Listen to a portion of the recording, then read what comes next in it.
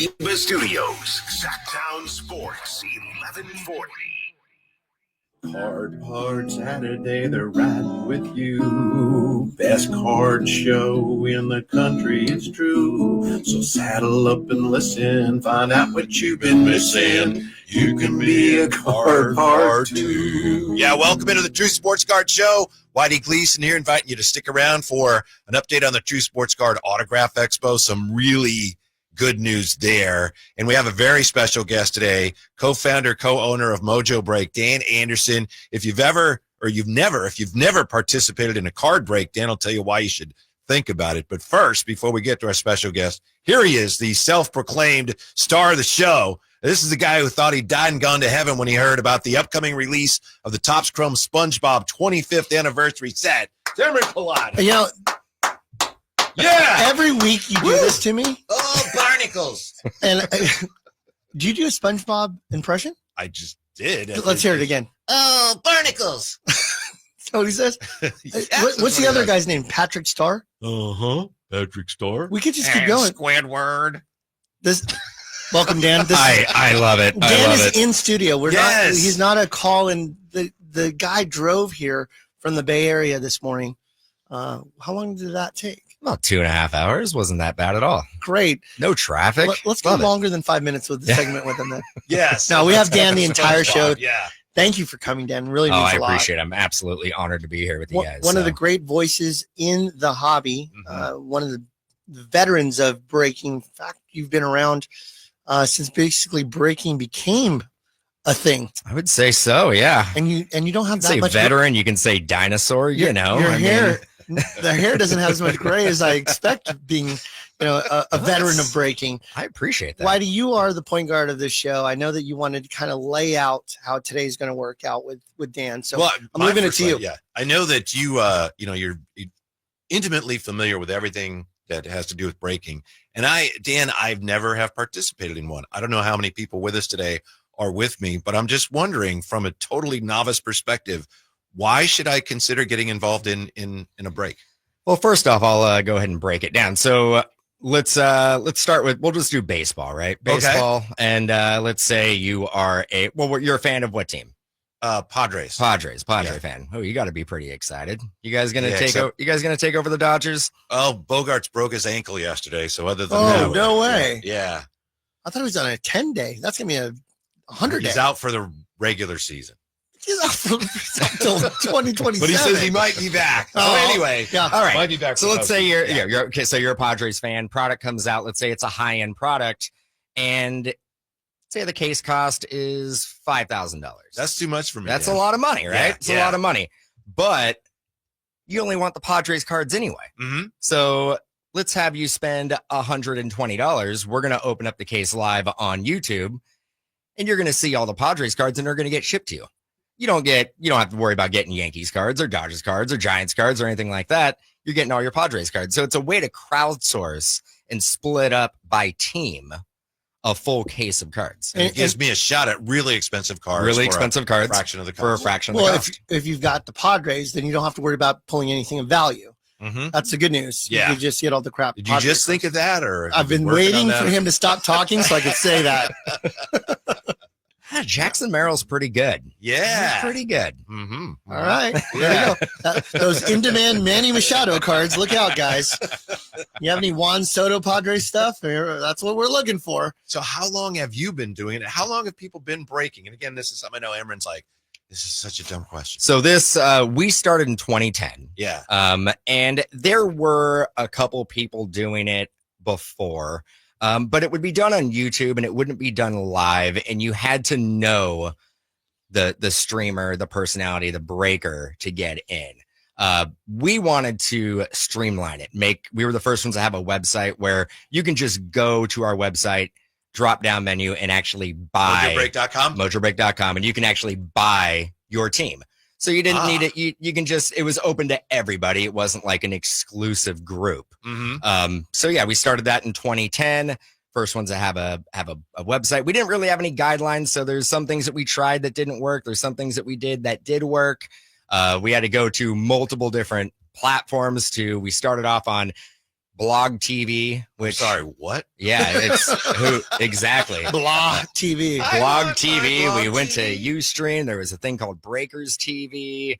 Did you say Ustream? Ustream. Okay. Ustream. Yeah, we actually went over there because Don't Google that now. I stream, you stream, we all stream. Don't. yeah, I believe Rogan, his podcast was Started originally on Ustream. Ustream? Yeah, so that's actually how we got introduced to it. But yeah, I mean, it's been crazy. I gotta say the it's made the industry completely change. We went from, kind of collectors to these like huge grail modern pieces. There was a card that just sold, it was like a week ago for $13 million. Yes, Kevin yes. O'Leary, Mm-hmm. Shark Tank fame. So, and I mean, 2007 card. So I would still consider that modern. I wouldn't say that would be vintage by any means. So, yeah. And you see there's 3 Caitlin Clark cards that were actually made this year that sold at auction for over $500,000. 3 of them that sold for over $500,000. Yeah. I know you bought a Caitlin Clark card. I was there at a show. Mhm. And I forget how much you paid. It was a significant amount, but I remember you asked the person, where did you get it? And they said through a break. I don't know who it was with, but that's how they got the card. Then they sold it to you. And that's kind of the life cycle of cards. Like when we're very strong in-store singles sellers. And we'll talk a little bit about your model of your in-store. But we have a lot that we have to buy. We're constantly buying. Every day I'm spending lots of money buying just to be able to satisfy our customer demand. But for the most part, the stuff that comes in is from breaks. And the majority of the stuff that comes in from breaks are, I bought a random spot and I got this team. So I got this great card, but I don't have a passion for collecting this. This is a non-Padres card, but it's worth a couple $100. I want to sell it. So there's a lot of transition from them receiving the card to getting it out of their collection and buying something that they do want. So often I will pay for the cards and I try to get them to buy the cards that they do want, the Padres versions of their cards in store if possible. But that's always the challenge because the thrill of being in a break supersedes going, can I have that PSA 9 Manny Machado that's in your shelf? Right. So it's tough because in some cases I see people daily, every other day, but I wouldn't call them customers because there's only one way the money's going. It's going to them. Right. And then so you have a trade deficit with us. I do. It's like, you're going to treat your customers like this? I was like, you've never spent $1 in my store. I'm your customer, buddy. And I think the other challenge that we face there is that, like, if I have to hear, I'm a poker player, so I hear bad beat stories all the time. The guy beat me with this thing on the river, right?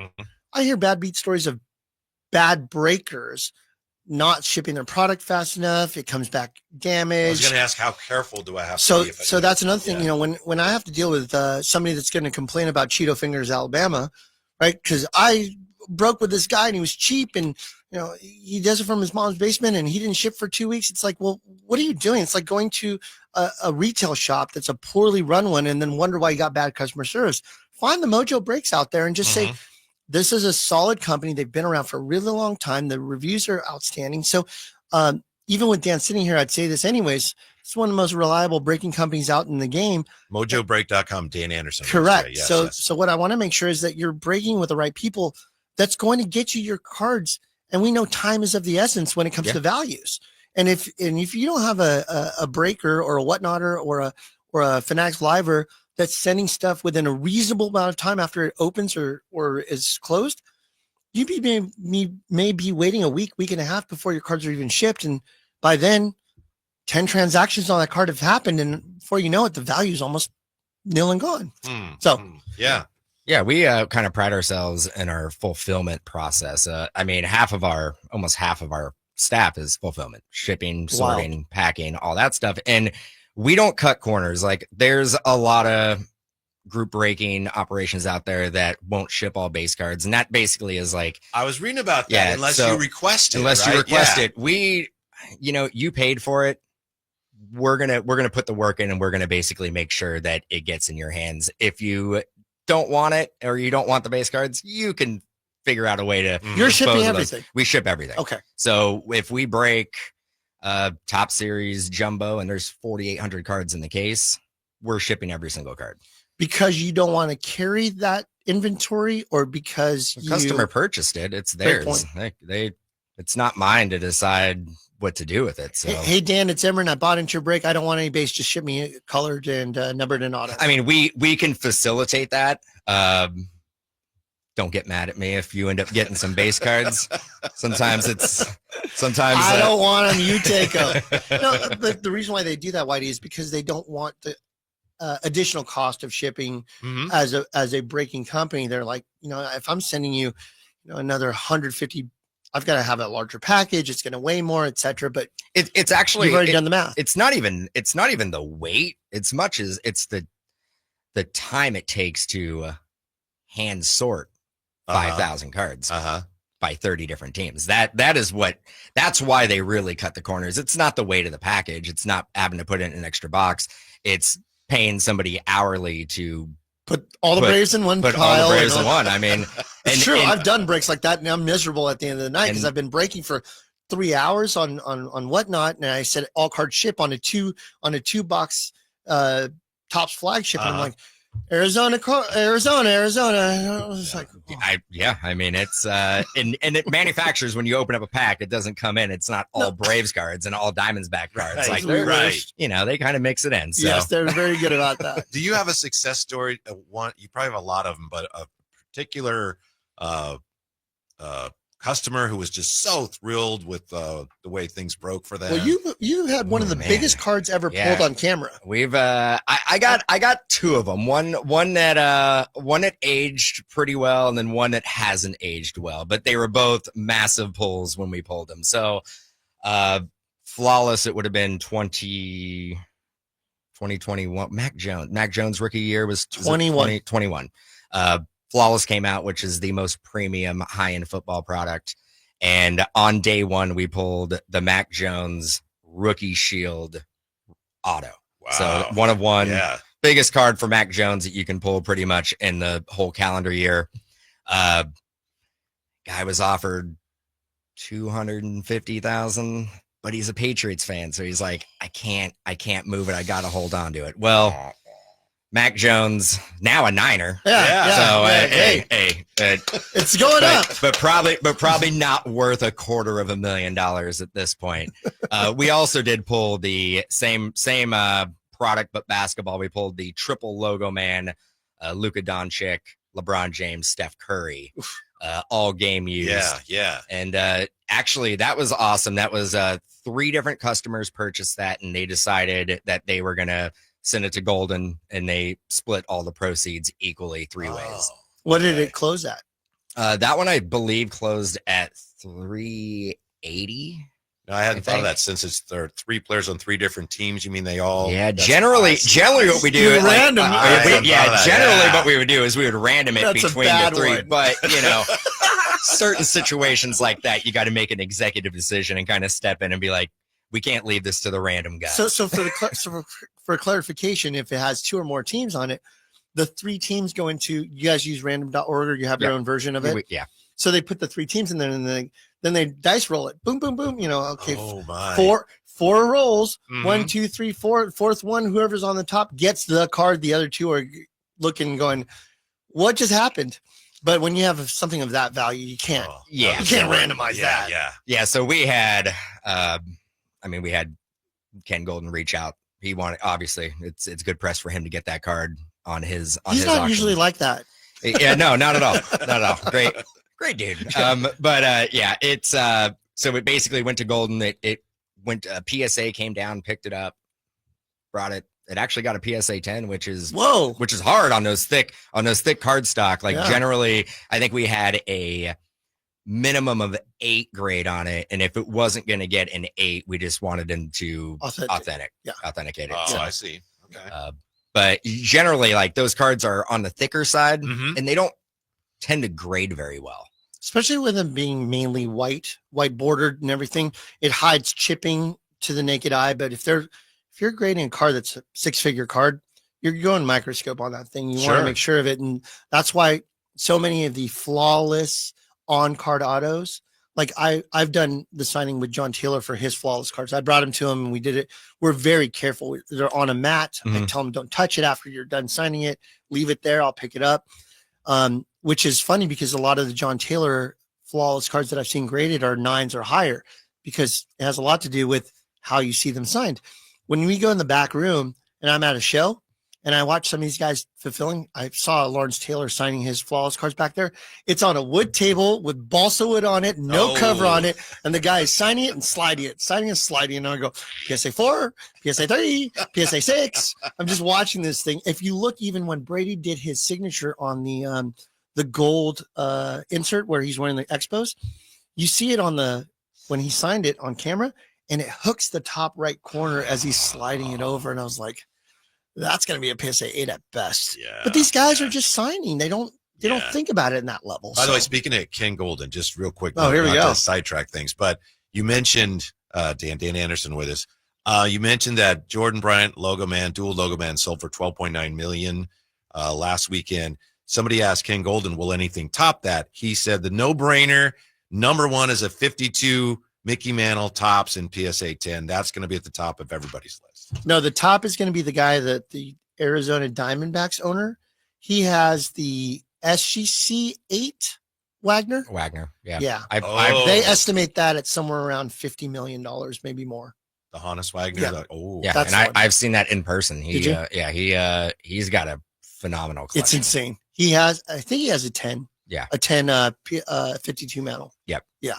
This guy, and what's it going to take to move it? And I think that Wagner, is that the Gretzky? It's the Gretzky it's trim the Gretzky Wagner. trim Wagner. And it actually says on the slab Gretzky Wagner. Oh, really? Yeah. Oh, that I don't know if it's that one because I know he had that one at one point. Because of the PSA serialized numbers, the Gretzky Wagner I think is number 1. It's the first, as in zeros all the way to number 1. It's it's like your social security number. What's yours? 9. I got one right, very exactly. early That one. old. Very early. Yeah. What's going to happen? It's going to be like a Y2K situation when we get to 10. Yeah. But thank God you're 9. Mm-hmm. Yeah, your social security number. Yeah. Very easy to remember. Yeah. Yeah. So I lost track of myself. Go ahead, keep going, Whitey. How would you say the breaking has it changed? Has it evolved over? It's definitely evolved. I mean, a couple things of the way it's evolved. One, we still break primarily the manufactured sealed products, but in the last 5 years, you've seen group breaking or even smaller manufacturers curate their own repacks. So they basically take the best cards that are out there and no filler whatsoever, and they're going to pack them up themselves, seal them, and then sell them. That has been a huge market, and it's actually transcended and increased the manufacturers or the price for individual cards as well. Like individual cards have skyrocketed. Have you seen like the downtowns and the kabooms have like people are paying $120 over comps just to get those cards in their repacks. So what does that tell you on the resale of those repacks? Yeah. Nobody pays 120 to lose money percent. So I'd say like the way it's evolved is the products have been kind of curated for group breaking with like these tremendous chase cards. And now the repackers have kind of piggybacked on that and been curating their own products with these huge chase cards as well. You see a lot of these repackers, they'll be running around shows like my show that we're putting on at the end of next month. You know, Micah Parsons is a repacker now. He got traded. That's a terrible joke. Go ahead. I like it. Repacker? That would mean that he was a Packer first. He was a re-cowboy, then he's and people get frustrated because these repackers will come into an entire show. They'll buy entire tables at 85 to 100% of comp, and people are sitting there going, well, what just happened? Well, if you think about it, it's like, yes, it's not the greatest thing, but at the same time, when repackers are paying in open public forums like eBay and they're paying strong, it's making all your cards worth a little bit more too. Yep. So it's not as negative as everybody makes it out to be. I'm not the biggest fan of it, but it's kind of the world that we live in right now. Yeah. I mean, we do a little bit of them, but I mean, it's it's time consuming. It's time consuming to curate and build those products, especially if you're doing it like 30, 40, 50, 60 cases of it. Like, yeah. It's just super time consuming. One of the things I thought, I mentioned this to Imran, and I think I was totally wrong, because I know at one point he was asking me about, or telling me about it. Isn't there a danger if you have, say, the shop and you're selling the repacks? If the customers are unhappy with it, they're coming into your store. Right? Yeah, you're kind of on the front lines, right? Like this is a terrible box, and you made it. Yeah, like, exactly. Give me answers. Yeah, I know, I get it. I get it. I don't see. But in order to have the Brady logo man in there, Shields, you've got to get.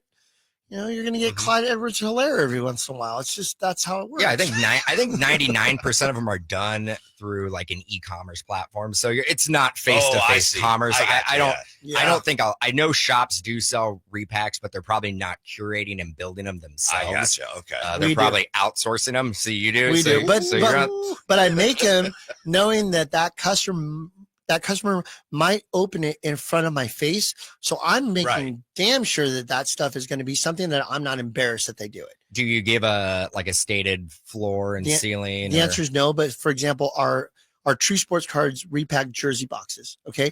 So it's going to be current players, Hall of Famers, and fan favorites. Right. So maybe let's say they pay whatever for a box, $100 a box, and they get Christian Okoye. That's not necessarily, wow, it's $100. But what I will do is I'll throw in a Christian Okoye rookie autograph slab in there in addition to. Yeah. So I close the gap between expectations and what they spent. But then every once in a while you end up getting a Ricky Pearsall jersey that's autographed in there. So I make sure that what I do is I try to figure out a blended cost all the way across of what my cost would be. So if I pay for a Brady jersey at $1,200, $1,500, $2,000, I've got to find a bunch that are in the $70 range in order to kind of cost average it before we go out there. So that's the key. How many times has somebody handed me money for a flawless box, opened it in front of me and pulled garbage? Many a times. Oh yeah. And like, what do? Do I have to give them another blaster? Because I didn't pack that flawless box. I didn't pack that Topps. You also didn't create the market value on it either. But you know what they did? They gave me the money. Yeah. And that's the hardest part because I'm not in control of that product, but yet I'm the one collecting the money to reimburse myself back and make a little bit on top of that. So I'd rather be in control of my own destiny in a lot of cases. And when you face a customer and we have over 500 5-star reviews on Google. So that's really important to me. And when you're, again, I'm using the general term Cheetos finger at Alabama and somebody's breaking from their mom's basement out there. Right. And they don't have to ever, their face has never been seen. Only people know what their hands look like because they don't go on camera. There's no customer service department that you can call in. The thing is shipped and you deal with it. That's the hard part about it. So who are you breaking with? Is there a reputable company behind it? And will they stand by and say, you know what? We understand what you went through and we're going to make it right one way or another. I'm sure you've had to deal with that many times. Yeah, absolutely. Yeah. The repacks that we've done, we've been very transparent about them. I mean, we will do a 20 case run. I will, like, let's say, for instance, my business partner, Doug, will pack everything up. He personally curates everything, but then I will go through and I will number the cases. And so he doesn't know which. So he doesn't know what cases are what. And then every time we do a break, we will random between 1 and 25 to see which case we get. So like nobody knows what is going to be in these. Are the boxes sealed by the time you number them? And they're all sealed. So you don't know what you're numbering. Yeah. That's awesome. Yeah. We should do that, Whitey. I will hand you boxes and then I'll show you. Start with one and then just go sequentially over and over. We could do that, but you and your partner, you've been friends forever, right? Oh yeah. We went to high school together. They were in the band. We're not really friends. They were in a band together. What did you play? Clarinet? No, you guys are rock band. Yeah, rock band. No, yeah, I played a bassoon. No, go talk to Obo over there. He's the one that packed the boxes.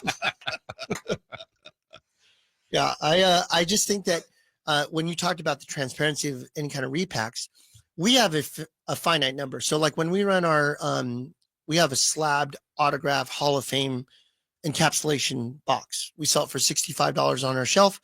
We give a list of the players that could be in that box, and then we number them 1 to 250. So we'll make the entire run all at once. So out of 250, there might be 5 Bob Fellers, but there's going to be at least 2 Griffies, right? There might be 10 Larry Littles, but there's going to be at least 2 Marinos. So I'm so old, I got excited about the Fellers. I'm like, yeah, I remember one of the Bob Fellers. I remember babysitting him. No, yeah, Bob Feller and Pete Rose are signing somewhere right now. They're signing right now somewhere. Yeah, they're in heaven, and people are like, "Okay, we get it. You're signing autographs." Yeah.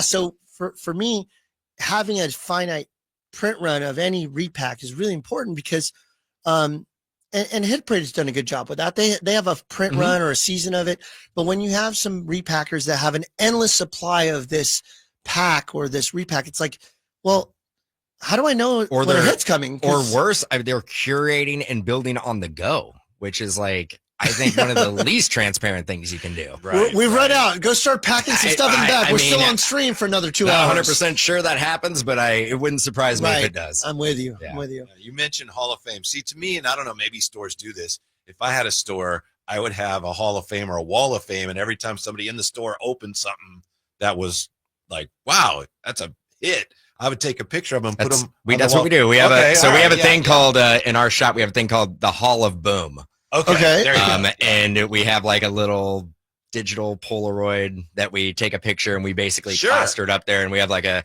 neon like light that above because every it. time I come in your store, I'm looking at the record of the people that. It's a cool little thing. Plus, like, you know, for repeat customers, they come in and they're like, "Hey, look," they get a brag little. Yeah. Look what I pulled this one time I came in here. So it's an extra little added feature that we have for our customers. Yeah. I have questions about the breaking operation. All right. So you're on Fanatics Live. Mm-hmm. You are not currently on Whatnot. You may consider that later. That's probably coming soon. Okay. You're also dual streaming it on YouTube as well. So we are on YouTube, and we sell all our spots on YouTube through Mojobreak.com. So that's how, if you want to get on in a break and view it on YouTube, you purchase from Mojobreak.com. We are on Fanatics Live. We're on Fanatics Live 7 days a week. For gaming, we're actually on TikTok. So TikTok Shop, that's where we do our gaming, and that's TCG, Pokemon, Yu-Gi-Oh, One Piece, all that stuff. Yeah. And we do a little bit of that on Fanatics Live as well, but primarily it's on TikTok. So give me the scope of the breaking operation. How big is this team? What does it look like? Let's talk about the entirety of this massive operation. We have about 12 full-time breakers. As in like 40 hours a week. As in 40 hours a week. How do you choose them? That is looks. Your face for radio, Whitey. It's not going to work. One of the hardest positions I've ever had to hire for sure. Because, like, you know, you got to have the right personality, but you got to have a little bit of that salesmanship and a little bit of that product knowledge. The product knowledge I actually value the least. Really? I feel that, like, what are we bringing? But if you're interested and you have the drive, you could learn the product. Sure. It's the being charismatic on stream and just being entertaining that can be a little bit harder to teach. So yeah, that's he's with a whip. Smile. What's wrong with you? But yeah, like that's have more fun or you're fired. So yeah, we have a whole like onboarding process that we basically go through, and we interview, and then we give you a box, you take it home, you do your own little mock break.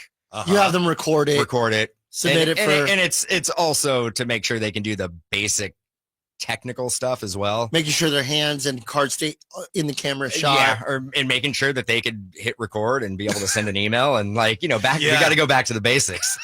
Can you send an email? I don't know. I just open. Yeah, that's one way to bet. I was doing okay until to send an email. What does the EAP stand for? Yeah. Okay. So you have 12 full-time breakers. You're on some level of a 24-hour day. How many hours are you streaming on that day? Oh, Mojobreak.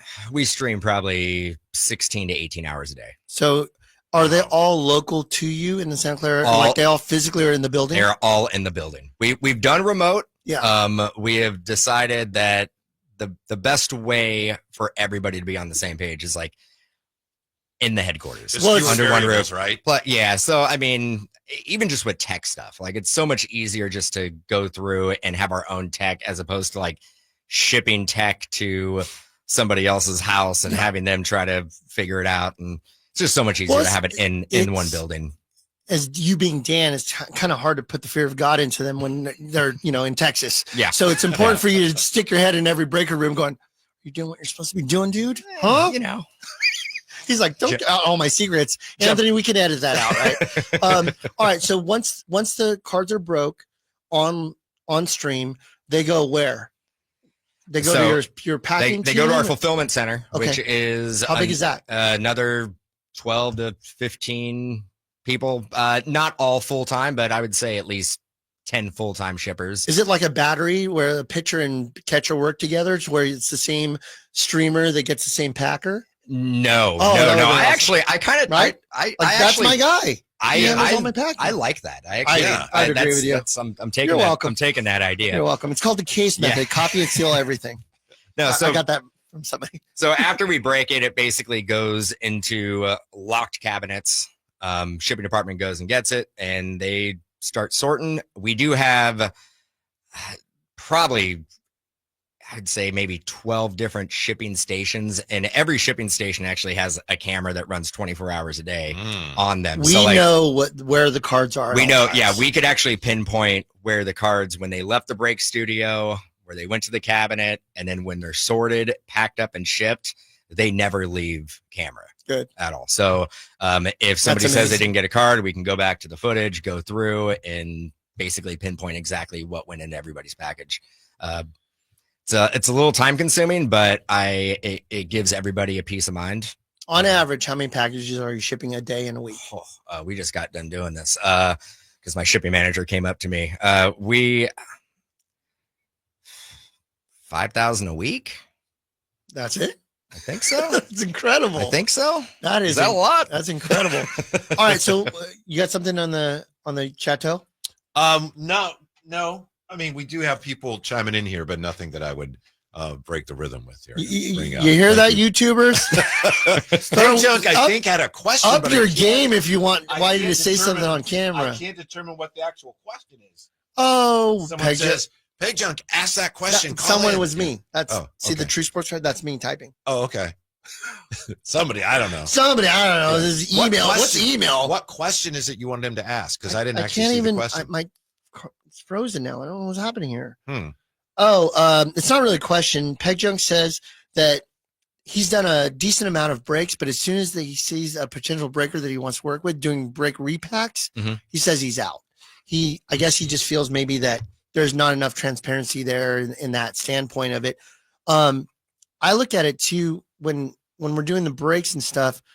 I look at and see I watch the chat as well, and I know that this is a separate question, separate of Peg Junk. But when you have the hater in the chat, how do you guys handle that?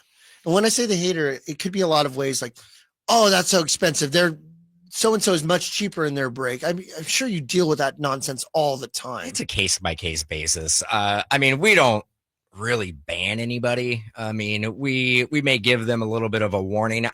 The only thing that I see on a pretty regular basis is somebody gets into a break and we're one box into it and they're already thinking and talking and chatting about how they're not going to hit anything. That when you keep on talking about that, when somebody does hit something, they can't really get excited about it because they don't want to, gloat in front of this person who's obviously kind of on tilt at this point. But as far as that, like, our community is super solid and respectful. Right. I see a lot of your same names in your chat. So I can't say it's anything that we really focus on because we are fortunate enough to not have to focus on it. Yeah. How about skunking? When I use the term skunking, that means that we've bought into a break and we got little to nothing. So for example, when you talk about, I'm trying to think of a small card count product. Flawless Dynasty. Dynasty's one card per box. How many in a case? 5. 5 in a case. So 5 cards. So how are you, when you break a small card count like that, do you just say, we're going to randomize so that way each person gets one card?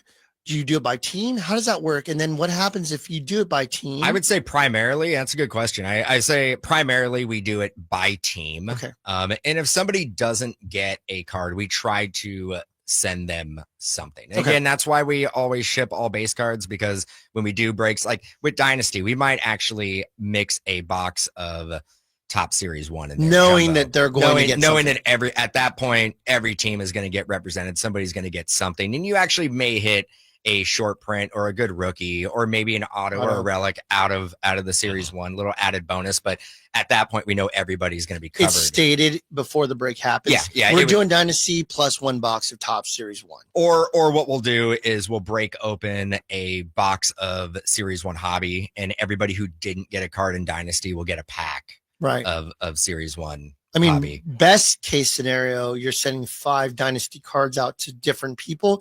Worst case could be it's a Yankees case, and you end up with 4 of the 5 cards being that way. I've seen it happen.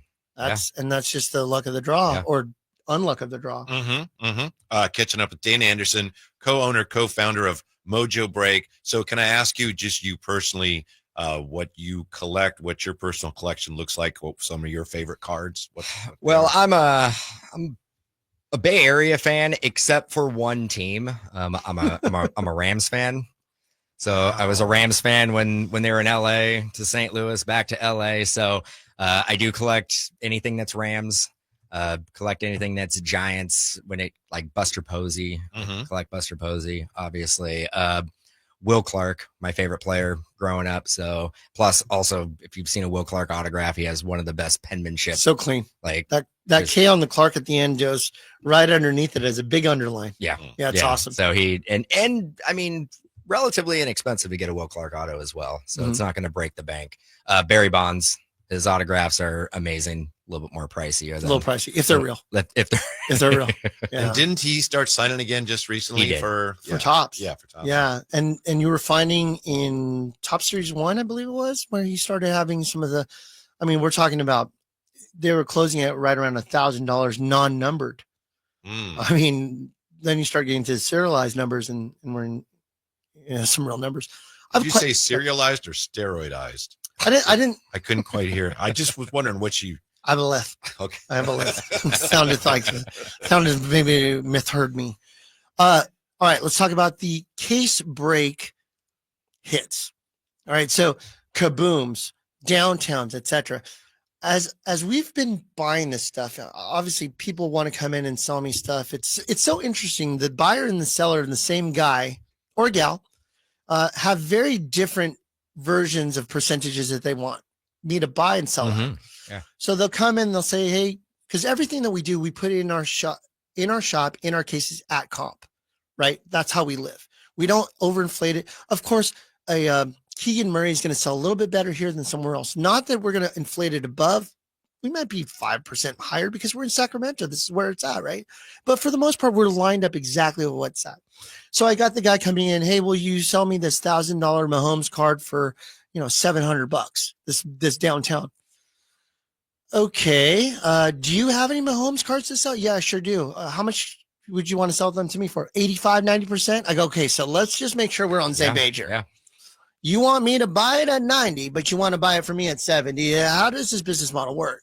And so I'm all for buying and selling and everybody winning, everybody eating, but we both have to understand the ecosphere that we're working in. As I look at these downtowns and I look at these unnumbered case hits, okay, and we all grew up during the era. We have Junk Wax Rip Night next Sunday. For those of you that don't know. Yeah, we have Matt Noakes coming in. He's flying in. It's $20 for those of you. We still have 18 tickets left. 19, you don't get one. So $20, you're getting pizza, sodas, and 20 packs somewhere between 1986 tops all the way to 92, because 93 is Jeter. So we're ripping packs like that for fun. I love it. And we have Matt Noakes coming in, and we're opening 88 tops. And if you pull a Matt Noakes rookie cup, not only will he sign it, we'll give you $100 gift card to the shop too. So it's kind of our bounty and such a great promo. That's 5 to 7 p.m. next. Yeah, I love that. It's right after the Niners game, so you can come and watch the Niners game at the shop, and then we're able to do that rip night right after. But what I was getting at is, we know what Junk Wax era looks like because we experienced it. We're seeing it in the retail side, right? We know how Panini works. They ask Dan that has a retail shop, or they ask Imran who has a shop, or they ask Walmart or Target, how much do you need? They say we need this. They know what the case count is, and then they print backwards, right? That's how it works. So that way, that's why you don't see a lot of numbered cards in retail product. You'll see yellows and greens and fuchsias and all this color, but they're non-numbered. So when people come in and resell it to me, I go, I don't know what to tell you. This is kind of the junk box era now from retail. As we're seeing kabooms, as we're seeing downtowns, as we're seeing these cards come in unnumbered, not knowing how many are out there. Are we prefacing the new junk wax era? Because when I look at pop counts on PSA, when you have a defined card, a gold number to 10, I know there's 10. There might be also 5s, and there also might be 25s, and there also might be 99s, but we have a finite number. I don't know how many kabooms are out there. You're right on. I am in the same mindset as you. I think if you're collecting, and maybe I hate saying this word, like investing into the future of holding on to these cards, anything that's numbered, absolutely. Yeah. Because again, I'm for it. You know exactly. Even if it's numbered to 199, 149, 249, it doesn't, if it's numbered, you know that is the exact amount that's made of that specific card. It's a finite number, right? You're right with the non-numbered downtowns, and the premium that people are putting on them is absolutely insane. You're talking about 85, 90% of comps. I go to shows and I hear people saying, well, I need 120% of comps. Make me sell it. I need, you need to pry this from my hands. You need to give me an offer that I cannot refuse. That is where we're at. But again, like, it's not numbered. So is the print run 1,000? Is the print run 2,000? The closest thing we have is if we go to like a PSA, like pop count report, to find out exactly how many have been graded. You're assuming a great deal of risk then.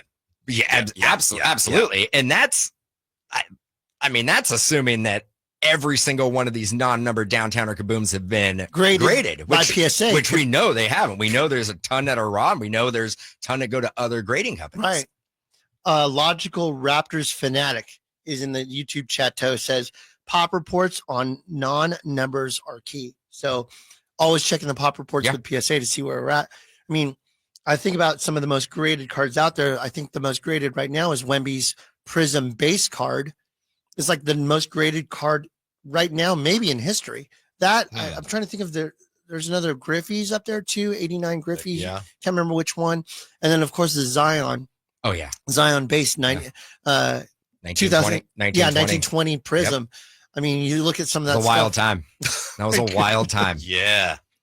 We have we bought a blaster of 1920 Prism, and I just checked our cost on it. We were into it for $2,400. A single blaster. Retail blaster. This was when Zion was its hottest. This is probably, we probably bought this in 2021.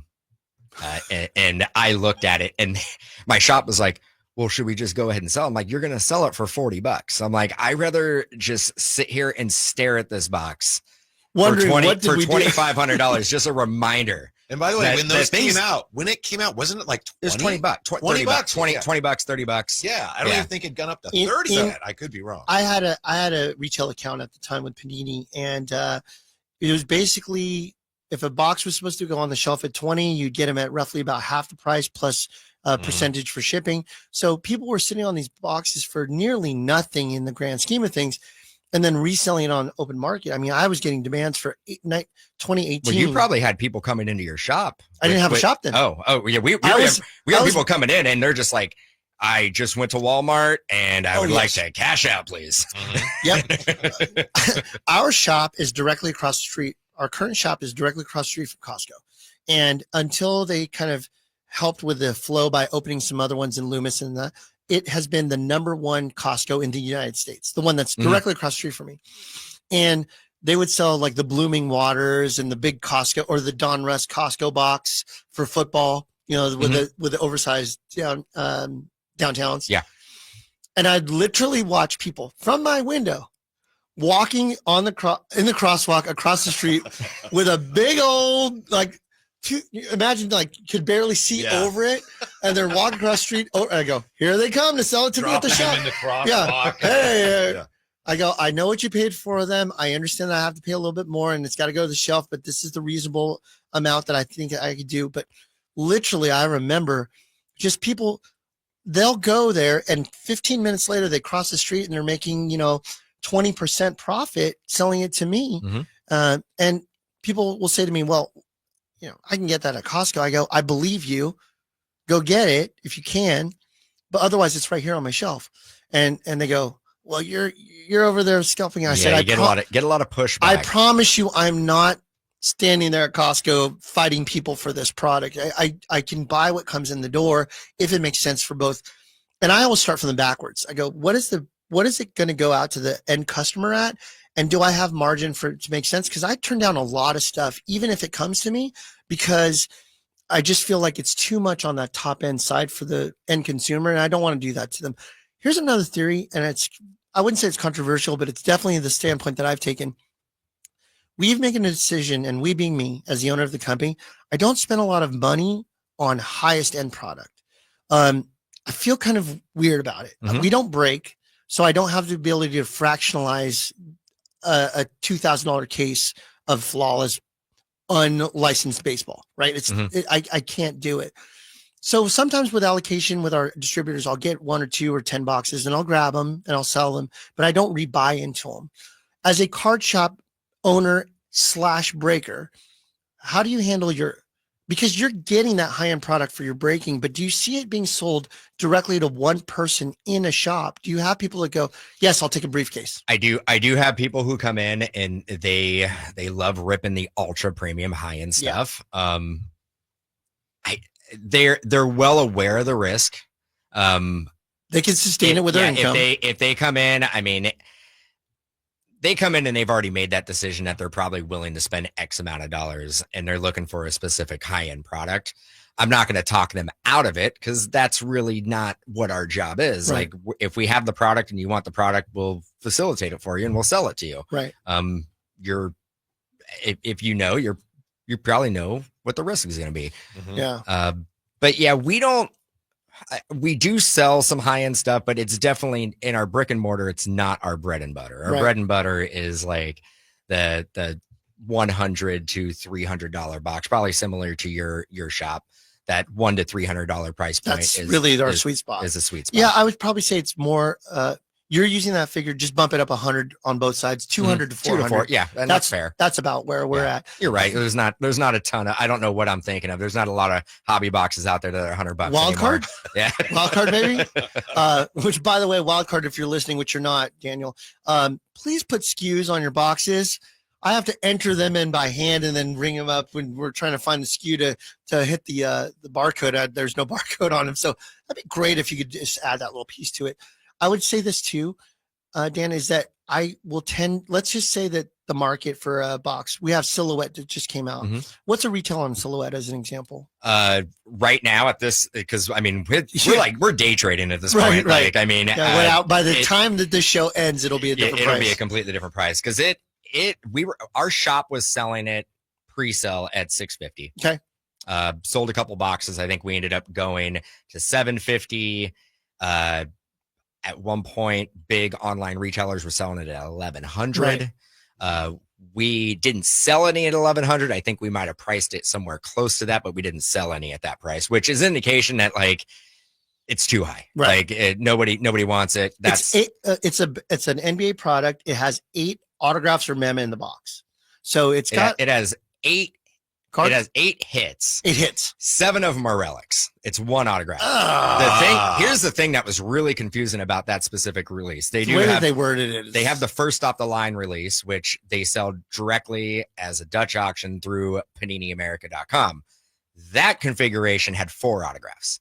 Oh, So why would you have a first off the line have 4 autographs and then the regular hobby have 1 autograph? Why wouldn't you do 3 and 2 or something? It doesn't make sense, but there's logo mans. So I think that's what is really driving it. It's another product. You want to talk about case hits, like the saturation of logo mans has to be a concern over the last 3 years. We went from having 1 or 2 products that have logo mans to having like 8 products that have logo mans. Speaking of paninis, panini, and we The talk about sandwich? this The a lot. sandwich said multiple. He's Don't get very hungry. Yeah, Very hungry. This is obviously a kind of an ongoing subject here on True Sports Card Show. What's going to happen here with Panini? So and what they release? Panini isn't going anywhere. They're going to still make product. What that product looks like, I don't know if anybody really has an understanding. I would say they haven't had the Baseball Players Association license and the baseball license for the last 2 years. They've still been releasing baseball products.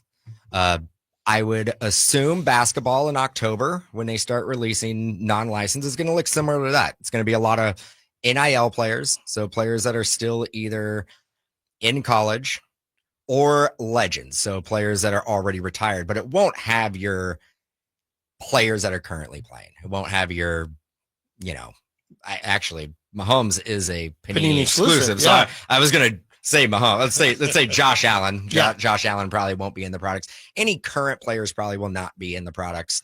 But I do believe that Panini's not going anywhere. I think their IP, their intellectual property that they have is where a lot of the value is. Like, we're talking about Kabooms, and we're talking about all their like downtowns and uptowns and Color Blast and all their, like, they've really hit the mark with these short print case hits that Topps hasn't really been able to crack that code yet. Yeah. So with that being said, I think Panini's still going to be around. Is it going to look like it does right now? No. Are they still going to make products? 100%. And I look at it too. There's another confusing portion of it. Dan, you may or may not know this, but we're one of the largest memorabilia dealers in NorCal. So I have a lot of mem, and I've been working with players for many years. It's funny you said you're a Rams fan. Jackie Slater and I are working on a deal together right now. So we'll have Jackie here either at the show or at my shop, one way or another, in the next 2 months. So I'd love to have you come back while you're in town. You might as well be back on the radio show with us. And what I was going to say was that you have these exclusive agreements that they're doing with athletes to Fanatics. For example, Rice and Montana recently signed Fanatics exclusive agreements on the mem side.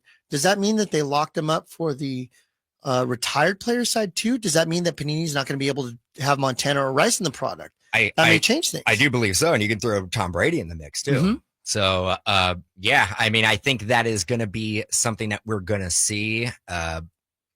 Fanatics will probably start going and signing exclusive deals like in all formats, like they've done with rookies. Yep. And at the end of the day, like, the rookie exclusives, the collector ends up getting hurt the most at the end of the day, because it's confusing. Like, which manufacturer can I buy? Am I going to be able to hit a Cam Ward in this product? That's an autograph.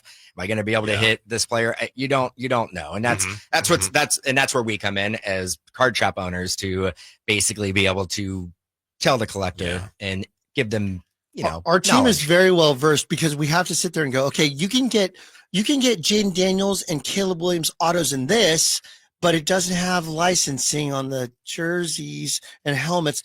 But you can get JJ McCarthy and Penix in this, but you can't over here. Like, if you don't have somebody that knows that stuff as your frontline customer service, thank goodness I have Donovan and AJ and Ethan and DJ. Our guys know this stuff inside and out to direct our customers where's what.